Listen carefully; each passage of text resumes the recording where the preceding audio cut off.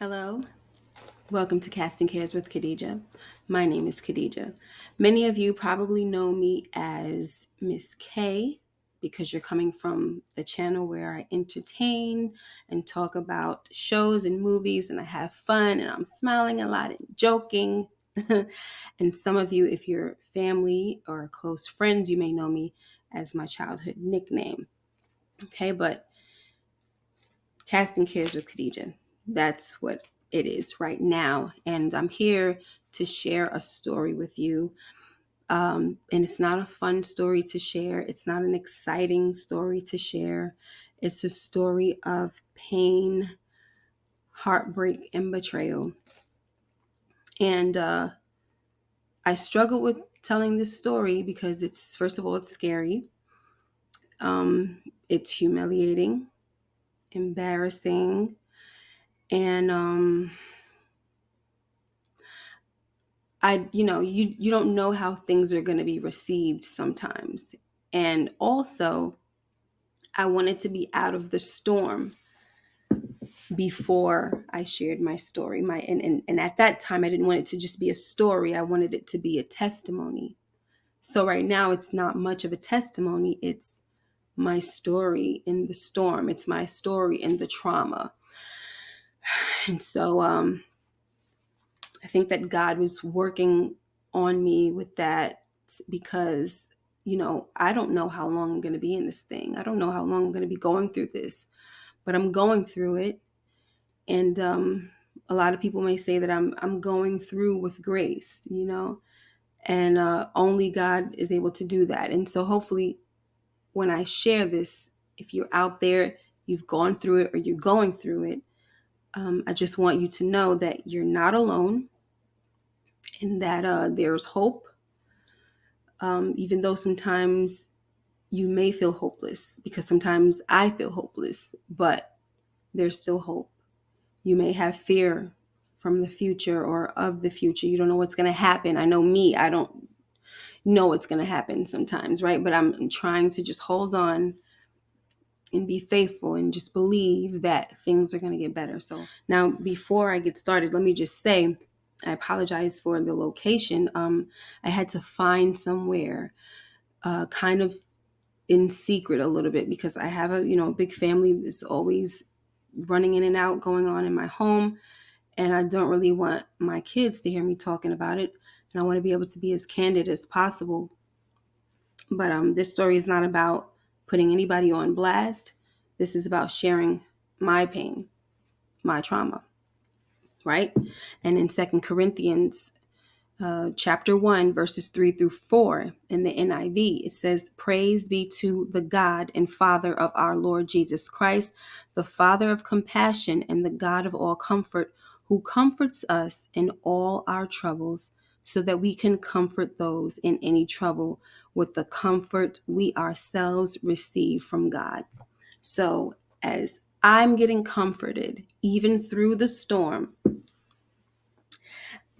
I want to see if my story, and that's my hope, I probably can't ever see it, but it's my hope that by sharing my story, you're going to be comforted as well. Okay, so here we go, guys. So now, about a year ago, a little over a year ago, um, I went away to like a little basketball tournament that my dad throws often.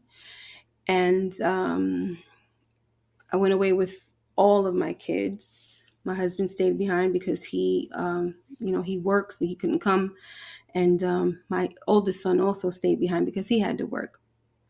So I went over there. It was only for a weekend. I went away and I called my son to see, if everything was good with him. He got up for work and all that stuff. He made it to work safe. And he sounded like there was something wrong with him. Like he didn't want to say, and like, what's going on? What's going on? And then he's like, oh my gosh, oh my gosh. And I said, what? I said, is it your dad? And he said, yes. I said, what? What's going on? So he just was like hesitant to tell me. So I just automatically was like, is it another woman? And he was like, yes. And I said, what? He was on the phone. You heard him talking on the phone with her? And he was like, no. I said, in my house? Like, because I'm just like, where else can we go with this? And he said, yes. So I don't want to get into all the details about this because, like I said, this is not tea time for anybody. This is me sharing my story and pain. So yeah, he heard voices coming from my bedroom. His father goes downstairs to, I guess, feed the cat and trying to act like, everything's normal.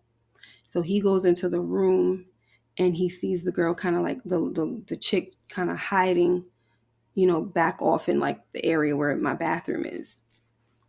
She's hiding. She knows that this is a family home. This is a married man, like all of that. She didn't care. So, my son was like, "Who are you?" and all this. And she's like, "I'm your dad's friend and I brought him here," and blah, blah, blah. Because he's like, "What are you doing here?" So long story short, I guess, my husband came back up. My son confronted him about it and was like, "What is going on?" And he was just telling him not to tell me, like, "Don't tell your mom." So he left to go to work and, the person was still here and it just didn't sit well with him. So when he came back, um, he saw my husband coming through the hallway naked. And then he came up the stairs and I guess my husband tried to hurry up and close the door on him. And because he saw the chick in my bed naked as well. So, my son told me all this stuff. I'm just going to tell you how I felt off the bat because um, I wasn't surprised, but I think I was in shock. So my reaction wasn't it wasn't the regular reaction that I always had in my nightmares, because I've always had nightmares about this kind of situation. In my nightmares, I'm screaming to the top of my lungs, where it's almost like I can't breathe and I'm just having this crazy panic attack, right? But in the instance where this is a nightmare coming true, I was just like, I was strong, you would say, right? From appearances. I had to do a presentation that day, a breast cancer awareness presentation, cervical cancer, to these young ladies that were playing basketball. They were a part of the tournament. I had to have a brave face, a strong face. Meanwhile, this is all going on. And I felt bad too, because later on, when I finally spoke to him about it and I confronted him, I just that's when stuff started to really like hit me, because before I was just going through the day like it's on my mind, but I'm chill. Then, that's when the tears start coming, things like that. And I had to go off to the bathroom somewhere, go run off. And meanwhile, I'm missing my son's game, my youngest son's game, who I find out was tearing it up in the game, shining and everything. They was calling him Little Big Deal because he's short, right? And they were calling him Little Big Deal. And I missed that. And I want to, get through this without crying and stuff. But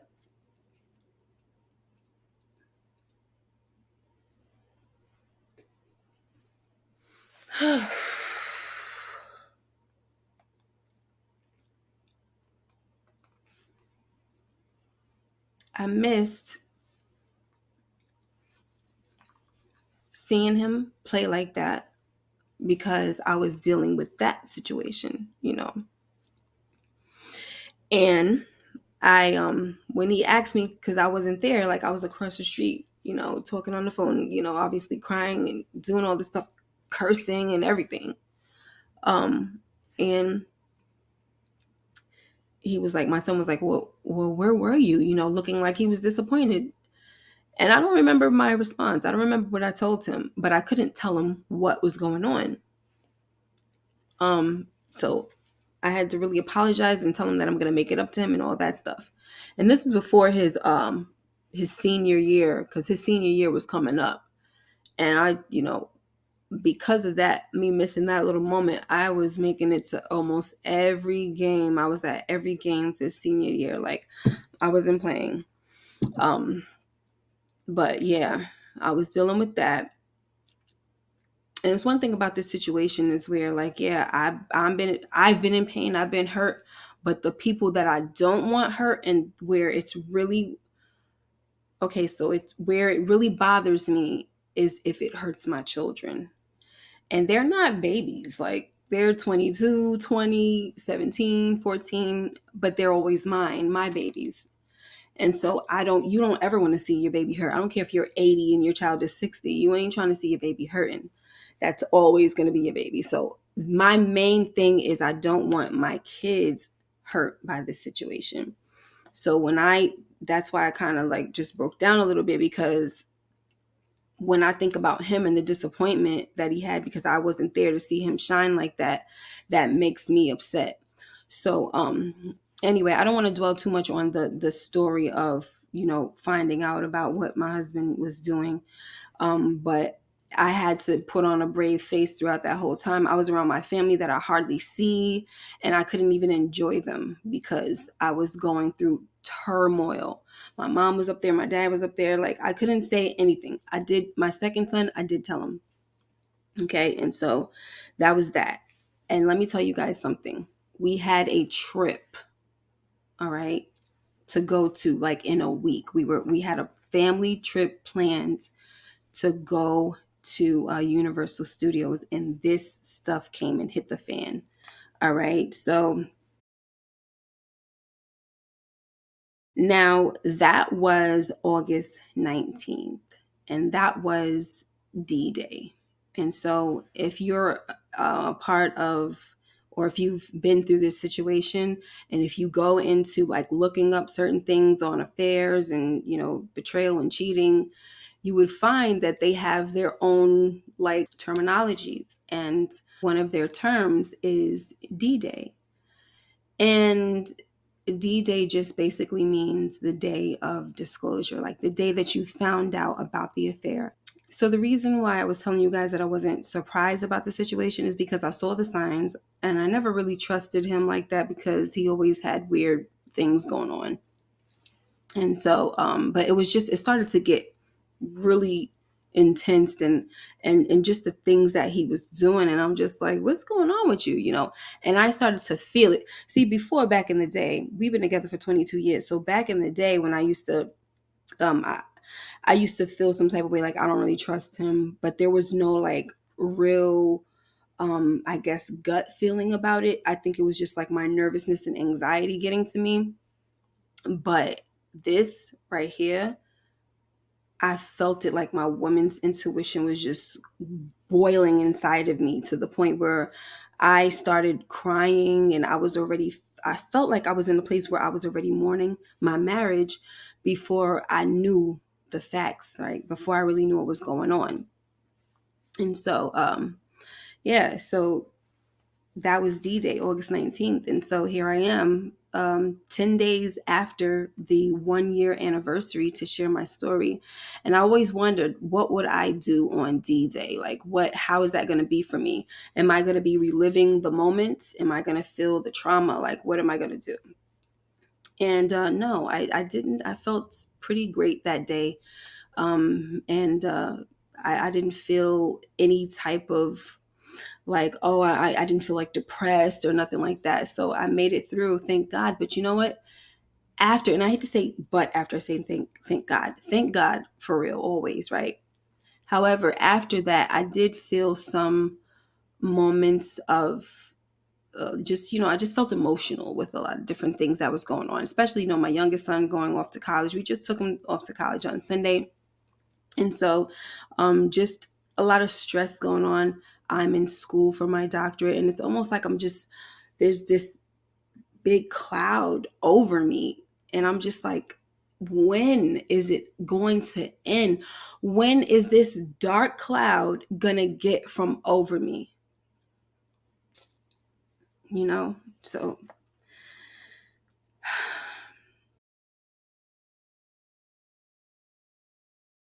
So the aftermath part one is, after all this, I get home. I confronted I'm talking, I'm crying like I don't know what, because remember, I'm holding it all in, and I really let it out when I get home, and I could hardly breathe. I mean, he did see me cry, like probably never seen me cry before. And of course he said he's sorry, this and that. And he tried to say that nothing happened, but he wanted her to, go down and all that. And I'm just like, okay, come on now. You were naked, she was naked. Like, what she doing in my bed if that's all that was going down? Now, I think my son might have interrupted the situation happening, right? From them going further. But don't worry, there's more coming to the story, okay? So we had to go on vacation in like the next weekend after, or in a few days, right? So after finding this out, I had to go on vacation with my children and my husband and try to be as strong as possible. Once again, pretending like I didn't know what was going on, or pretending like this situation didn't happen. So we went down what was supposed to be, a wonderful time with us together, Universal Studios at a villa and all of that. I'm not going to say it turned out to be something sad, but there was a damper on the trip because I was going through my stuff, but I did try to put it to the side and have as much fun as possible because I did have some fun. But I did also have those situations going on, playing in the back of my mind. But then, we get home and, time goes by and he seems like he's on his best behavior, I guess, right? But then there was a situation that happened, a situation that just totally broke me. All right. He went to work and then, he's supposed to come home and he didn't come home for the whole weekend. And this is something that he never did before. And it just broke me down to the point where, like, normally I go over to my parents' house and there's things going on in my household and I'll just, once again, put on the brave face, try to act like nothing's going on, but I couldn't. And my mom, she feels my spirit sometimes. And so I should say a lot of times, probably all the time. And she knew that something was going on. And I just couldn't hold it anymore. I just had to break down and tell them what was happening, that he didn't come home. I did hear from him. He had his cousin call me and tell me some kind of story, which was like, really, like, he wound up in New York. And he'd done something like this before where he wound up in New York. And my guess is that he was with the chick and he was drunk and he fell asleep in her bed and woke up like, oh snap, look at the time, And so he used New York because that's where we're from. He went back to Brooklyn to, to his family, and he used that as an excuse to like cover it up. But I'm like, bro, like, try this on somebody dumb. Like, that's not you think that that's gonna work on me? So the second time he did it was the part that really broke my spirit, because it was just like, dag, like, it made me feel worthless.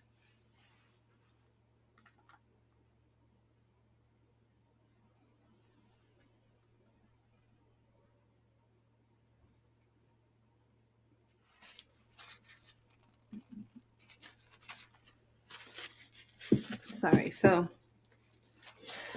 I'm sorry. So, like I said, it made me feel worthless.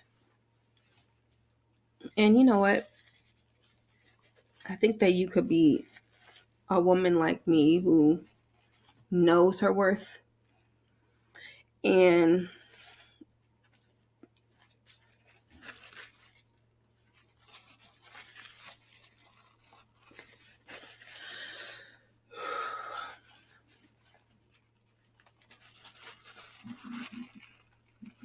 you can know your worth, and still you could be put in a position where you don't feel worthy. And that is the position that he put me in. Like, what was I to you? Oh my gosh. All these years, what was I to you? that you would, disrespect me like that and make me feel like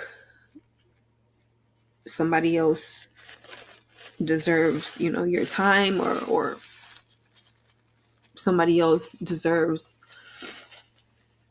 for you to risk it all, your family and this life that we built together. Sorry if the tissue is making noise, but like, this is the reason why I was so afraid to do this, because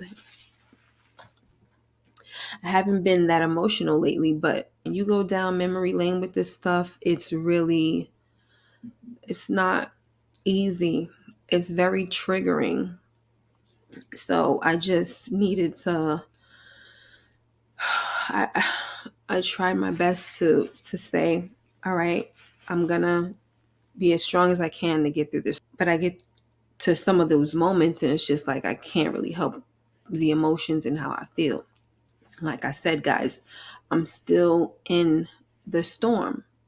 But that situation broke me, and he didn't come home until like I didn't hear from him. Like I said, he had his cousin call me because he didn't want to face me. And he said that he didn't want to talk to me because he didn't want me accusing him of cheating and all this stuff. And I'm just like, really? Oh my gosh. So, okay. Let's get past the part where he broke me. That situation broke me. Because I just felt like I knew what it was, and he lied and said that it was something else, but whatever, right? So, we decide that we're gonna go to counseling because he's saying he wants to work things out and all that. Now, remember, by this time, he still swears up and down that nothing ever happened with this girl. Like it was just only, her going down on him, no sex involved, and that it was a one-time thing, and that he hadn't seen her after that. Mysteriously, she works at his job. Mysteriously, he didn't see her again. Okay, that's what he said. All right, so we decided we're gonna get ready to go to counseling, and we have our first meeting scheduled with this elder at a church that we don't go to, and more information comes out.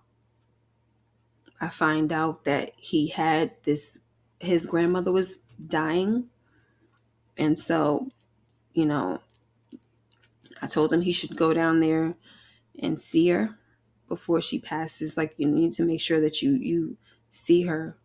Like, you don't want the next time to see her is when she's gone. Like, go see her before she goes. So he went, and then come to find out, she had taken a flight to go be down there with him. That was another thing. And I'm just like, what is up with all these daggers? Like, when are they gonna freaking stop? Like, that was a lot.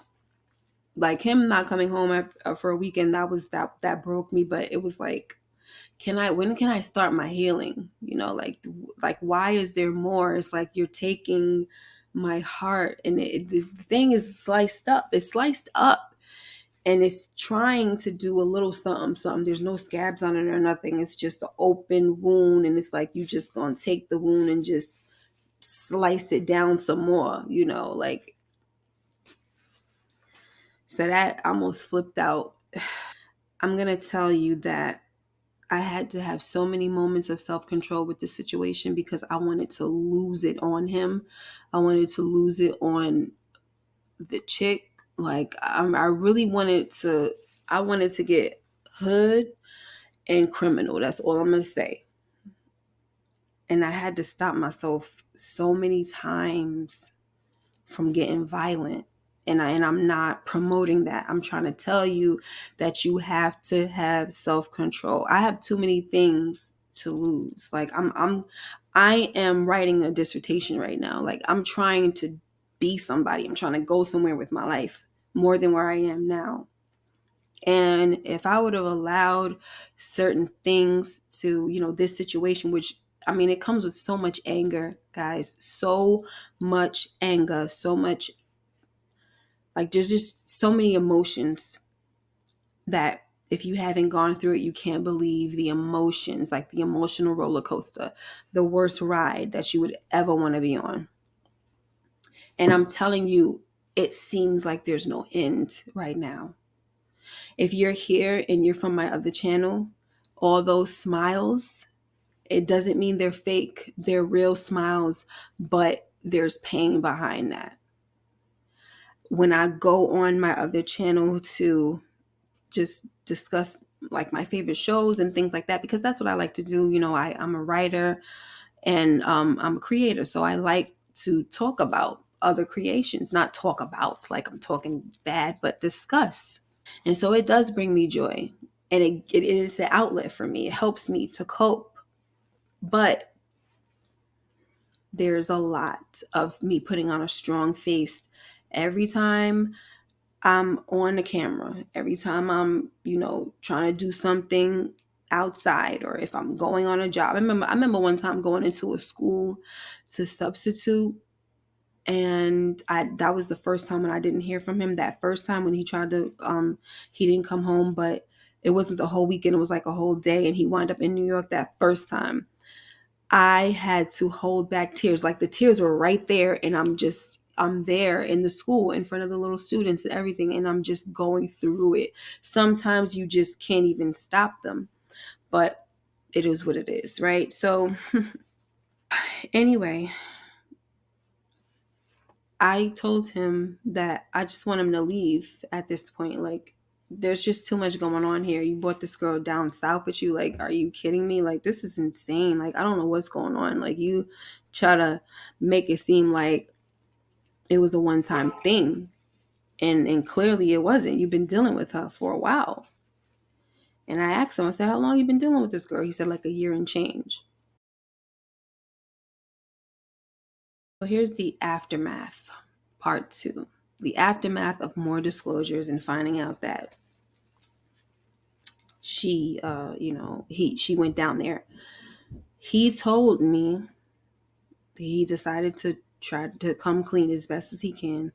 So he did let it be known that there was sex involved. All right. And so that just, oh my gosh. I held my composure while he was telling me the truth, or I think he told me the truth to as much as he wanted to reveal, and I'm sure that he held some things back because he's still lying about the part about going to New York for the weekend. Like he was there, but he's lying about why he went there. That's what I believe. So we wind up going to the counseling, and I tried to stay optimistic about things, but there was just always something in my mind like that doubted something, because he was excited about changing and just being this 360 man that he would say. But it just didn't, I don't know. I think I just had too much fear involved with him actually changing. Because you know why? And like I said, I'm not trying to really make this about him as far as like blasting him. But there's an addiction involved. And if you don't want to let the addiction go, then it's going to be hard for you to really be the man that you need to be for me and our kids, for our family.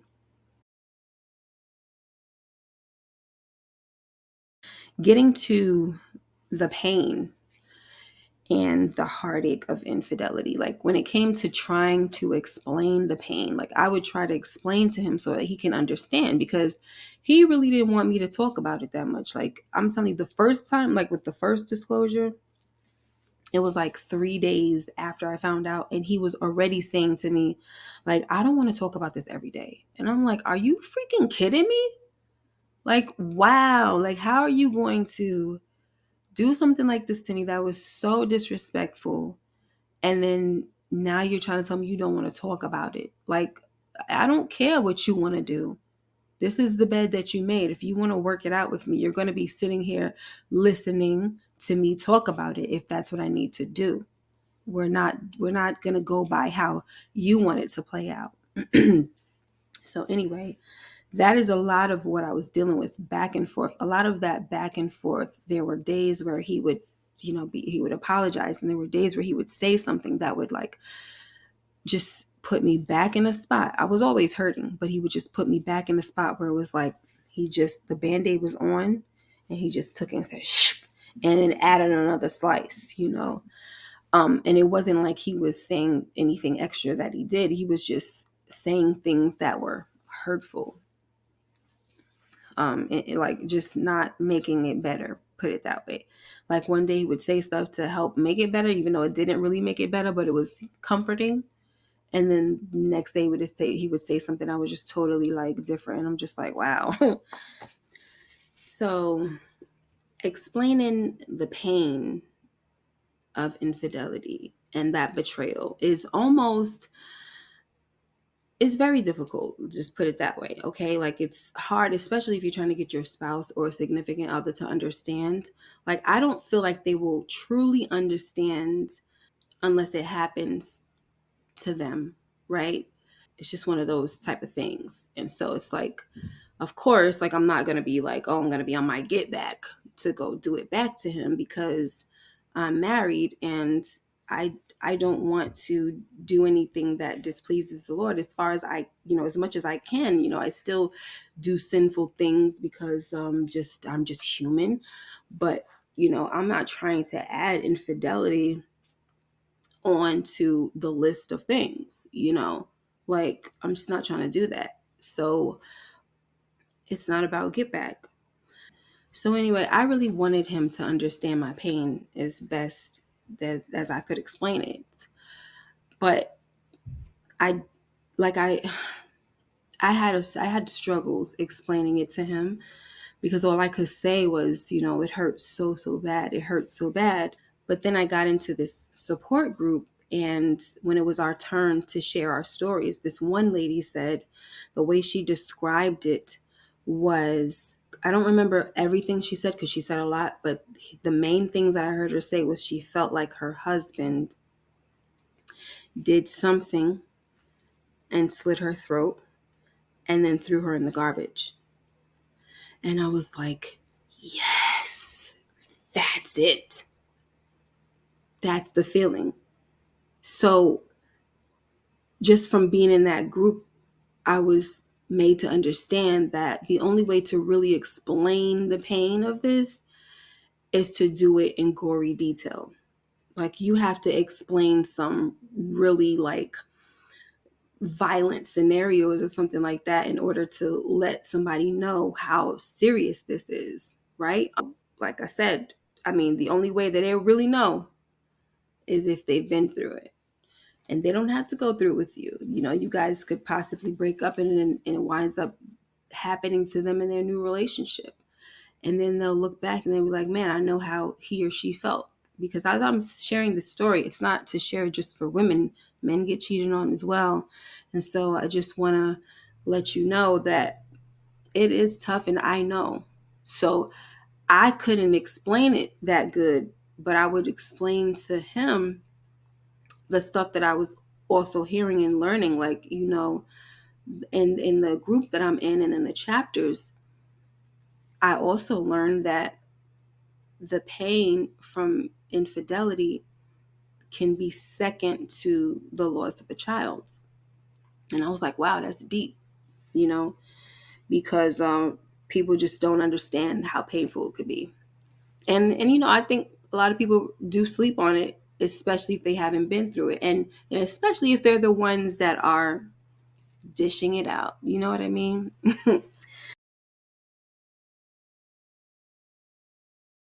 So, how I coped with the pain was I used Bible devotions that talked about brokenness or infidelity and, broken marriages and things like that. I prayed a lot, of course. And like I said, I reached out and I found a support group. It was called Harboring Hope.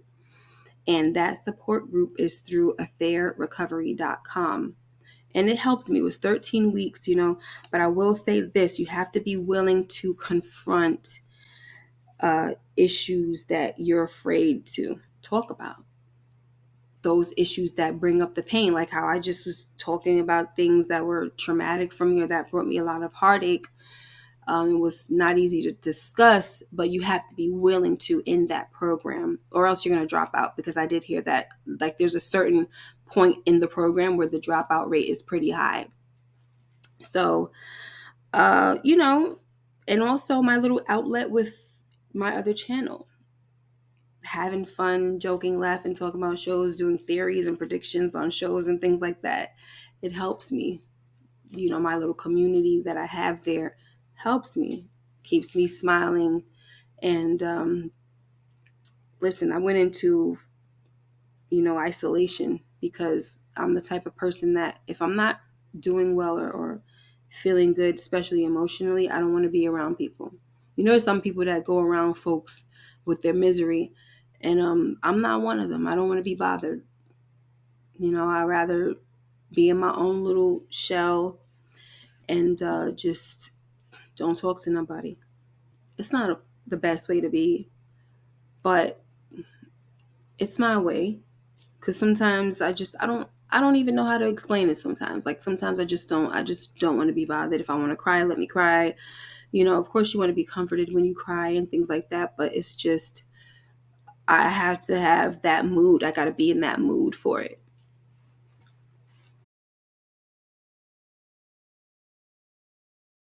So now let's talk about my decision. I'm not going to get into much details, but he went on a fast, and him going on a fast excited me and made me feel like, okay, maybe we're going somewhere. Maybe things are about to get a little better. He's on his way, right? But then he got off the fast. And before that, while he was on the fast, I just had this feeling like I was just afraid. I just felt like maybe somewhere along the line he was going to mess up or something. I don't know. But um, I just didn't have this good feeling. But long story short, he said his fast opened his eyes to something that pertained to his addiction, that when he wanted to stop, he could stop. And so that's what he got out of it. But that was bad news for me. And so that brought me to my decision. But first I prayed about it. And I was just like, Lord, if he's not for me, it's a powerful prayer to pray, especially after you've been with somebody for 2 years. A daring prayer. You gotta be willing. And I was tired, guys. Like, it was too much trauma involved. The trauma was too severe. Like, I did forgive him. I did. But the trauma was too severe. And I was tired. Like, every day I would wake up. Like, there were some days where I just woke up feeling like I'm waking up into a nightmare. Feeling like I said before, I had this dark cloud over my head. Waking up with stomach aches. I mean, this stuff physically gets you. It's not just an emotional thing. This is grief on this thing. That's why even in the program they talk about the 5 stages of grief, because it's grief. You're in mourning. So even if you stay with your spouse or your significant other, you're still mourning the loss of the relationship, the loss of what you thought you knew, the man you thought you knew, the woman you thought you knew. Like, y'all gotta start over now. Some marriages are made better by infidelity. And that's not to say that you should go out and cheat. It just is. Sometimes it helps because they get through it, because both parties are really trying to do the work. Both parties are hurt. And so if you're hurt and you're the betrayer, then you should be hurt because of the pain that you caused and the decisions that you made, and you feel regretful about it. So because you feel shame and things of that nature, you have to heal from that. But as the betrayed spouse, we have to heal from the hurt of the action and the betrayal, right? So you come together and you make the decision and you work on it and you heal together. You from the pain that you received, you from the pain that you caused. But in my instance, I had to realize that he wasn't in no pain. He just wanted me to get over the pain so that we can move on with our lives and we can be the best of friends and things like that. And it was just like,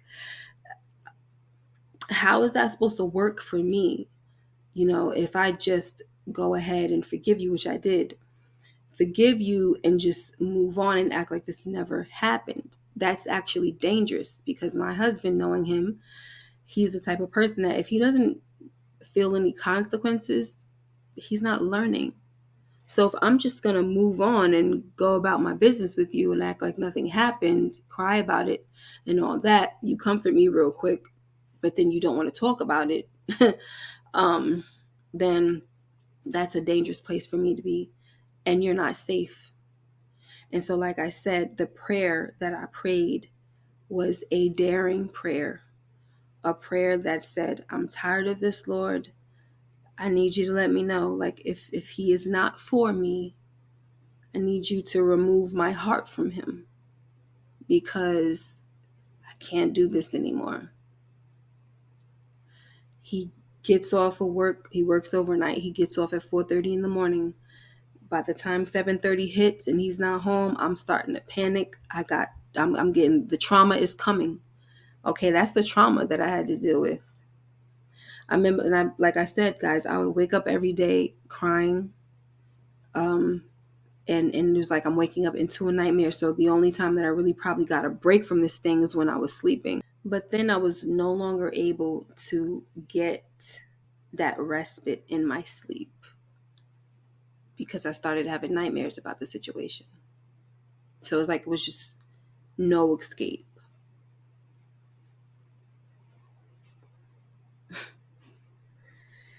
So my decision was, I can't do this anymore. When I made that decision, I did feel this weight lifted off of me. But, you know, I'm still in the storm because we're like separated in the house. And so we're not totally separated yet. And so that's another thing that's stressing me out because I think he just thinks that I'm saying that I don't want to be with him anymore out of anger and out of emotions, but I'm not. And I've said it so many times. So I am afraid that I'm going to be forced to leave my home that I love. We didn't purchase this home, but we've been here for a while and I've put a lot of love into it. And it's a nice size home. So if we do have to leave, we would have to downsize. And that means that I got to put my stuff in storage. And it's just, who wants to go through all that, right? And like I said, guys, I'm also in school, and school is stressing me out. And so it's just like, when is it going to end? And I don't see the light at the end of the tunnel, but I believe in it, right? I believe in the hope. And one of my favorite scriptures is Jeremiah 29:11 that says, for I know the plans I have for you, saith the Lord, plans to prosper you and not to harm you, to give you hope and an expected end, or to give you hope in a future. So I know that God has a plan for my life, and I believe that my latter will be greater. And I just want you to know that you can do it. You may feel like you can't go on. I wanted to die on many days. So if you feel like that, you're not alone. But I'm going to rebuke that thought out of you now in Jesus' name. As I rebuke it out of myself, I shall live and not die. The Lord will satisfy me with long life like he will satisfy you with long life. And you're going to do some wonderful things. Don't let this situation take you down, because that's what the destroyer wants. He wants to take you down. He wants to stop the plans because he sees your future, right? He sees your future and he wants to stop it.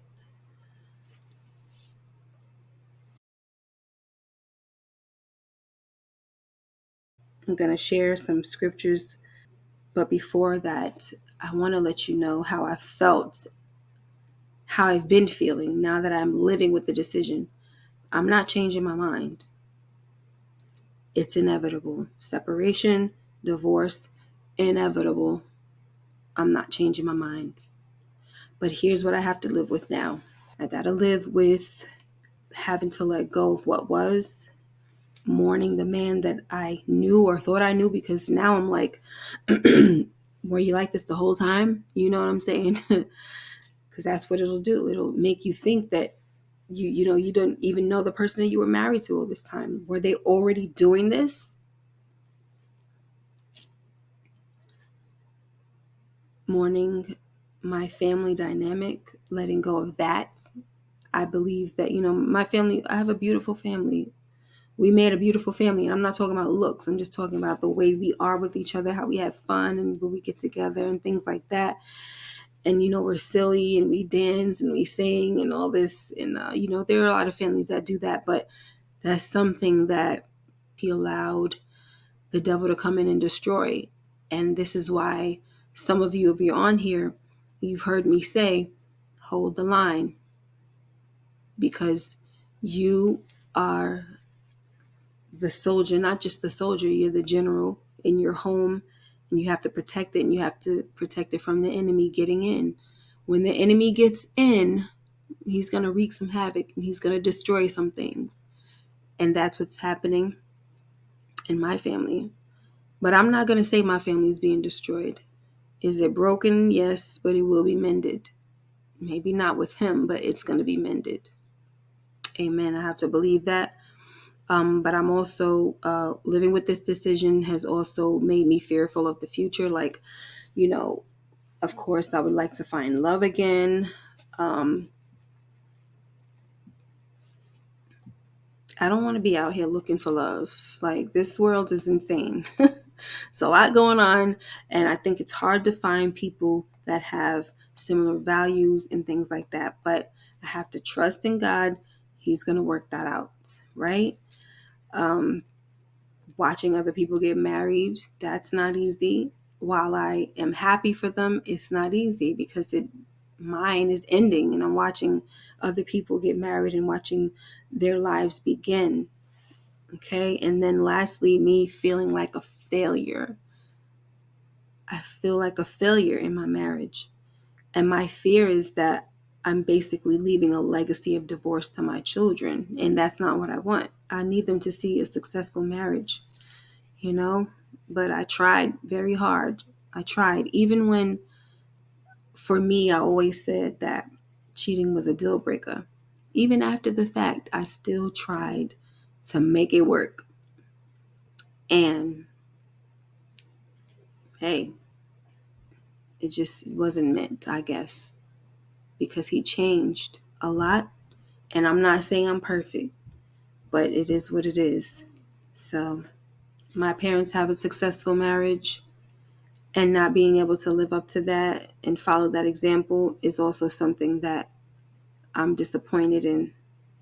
And it's sad that I have to be the one to deal with this disappointment because I didn't do this, you know? Like I said, I'm not perfect in any way, shape, or form. I'm pretty sure that there's issues. I have my issues. But if you're not happy with someone, you should leave them. You shouldn't be trying to keep them around so you could be a playboy, or while you go and do dirt behind their back and then still lying about it. So it's on top of that, it's really confusing. So it's almost like are you just with me for what? Because you're the comfort? Like, what is it, And who needs that? I don't need anybody that's going to make me feel like I'm not worth trying for or anything, And he's told me plenty of times that he would die for me, but you would die for me, but you won't try for me, right? You won't get rid of your addiction for me, for us, for your family. So at the end of the day, guys, a person is going to do what they want to do. And you cannot change that or control that. You can only make decisions for yourself. And that's why I had to make decisions for me. And so guess what? I sleep better now. If it's too late, it's after 7:30, he's not home yet, I don't even know because I'm sleeping, okay? Like, you're not stealing my joy. You're not taking my sleep away anymore. No, I'm not going to sit here and lie and tell you that the trauma is still not there. I'm still healing, but it's getting better, you know? And so that's just that. And I'd like to share some scriptures with you before I leave. First scripture comes from Matthew 11:28 and says, "Come to me, all you who are weary and burdened, and I will give you rest." And that's from the New International Version. And for me, I definitely had to continuously come to the Lord and just release the burdens because it's weighed heavy on me for so long. And in the meantime, full-time employee and doing YouTube stuff. I'm in school full-time. Like, it's just so many things. I'm a mom, trying to maintain a household. Things get heavy, especially when you feel like the world is on your shoulders and you're alone and no one else helping you carry that load. That feels insane. And I don't want to discourage anyone, but I'm just telling you that sometimes it feels like there's no end in sight. There's no end for this stuff. But you can trust and believe that God is going to make a way out the storm. Look, my shirt says, I wanted you guys to be able to see this shirt. Oh gosh, it's cute, but you can't really see it. It says even, let me see if I could get up. Can't really see it that good. Even in the midst of my storm, I see God working it out for me. And that's what I'm clinging to. Doesn't matter if I don't see no end in sight. Or when I say end, I'm talking about no end to the trouble, no end to the pain and the trauma. There is an end to it. It won't always be like this. Okay? Psalms 147:3 says, "He heals the brokenhearted and binds up their wounds." Of course, I'm going to believe in that. My heart has been broken and he is binding up my wounds, just like he's going to bind up your wounds. All right. And lastly, Proverbs 31:25 is something that I have to cling to. And it says, "She is clothed with strength and dignity, and she laughs without fear of the future." Now, I wind up buying this little memo. It was like a little tin can. It was only like $1.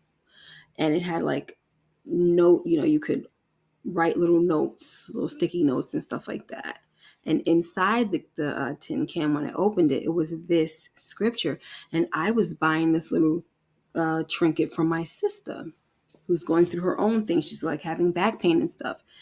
When I saw it, I said, oh my gosh, I had to take a picture of this because this is actually speaking to me because I have had fear of my future.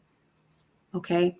I'm not trying to contradict myself here, guys. I'm just trying to be raw with you and tell you that, yes, I'm afraid sometimes, but for the most part, I'm hopeful. But does fear creep in? Absolutely. I get scared because I just don't know.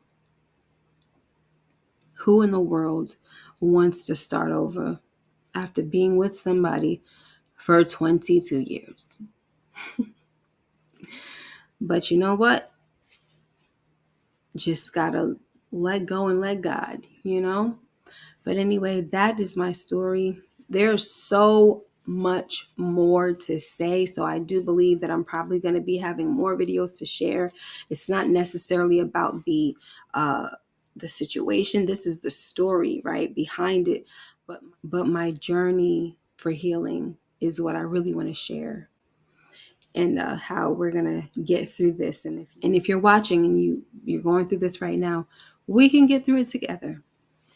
Thank you so much for your time and your patience. I really appreciate it. And until next time, cast your cares on God because he cares for you. And may the peace of Christ rule in your hearts. Take care and be blessed. Bye-bye.